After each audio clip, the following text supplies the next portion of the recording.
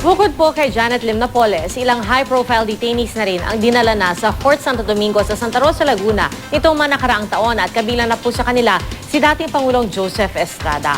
Naritong report. Kung gaano kahigpit ang seguridad sa paglipat kay Janet Lim Napoles mula sa Camp Crame papunta Makati City Jail noong Huwebes, ganun din kagwardyado at isinikreto pa ang paglipat niya mula sa Makati City Jail papunta namang Fort Santo Domingo sa Santa Rosa, Laguna. Kasama sa nagbantay sa convoy ang mga tauhan ng Special Action Force at Special Tactics Action Response Team ng pulisya. Bandang alas 5 na madaling araw nang lumabas mula sa Makati City Jail ang mga sasakyan kabilang ang SUV ni PNP Chief Director General Alan Purisima at ang coaster ng PNP na pinagsakyan kay Napoles ang dalhin siya sa Makati. Tatlong convoy ang umalis papuntang Fort Santo Domingo at hindi tiyak kung saan isinakay si Napoles.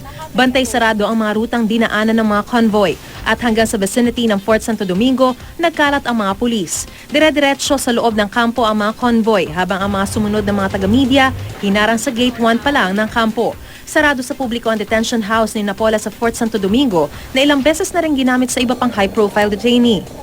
Isa sa kanila si dating Pangulong Joseph Estrada na ikinulong matapos mapatalsik sa EDSA 2 noong 2001 sa gitna ng alegasyon ng katiwalian.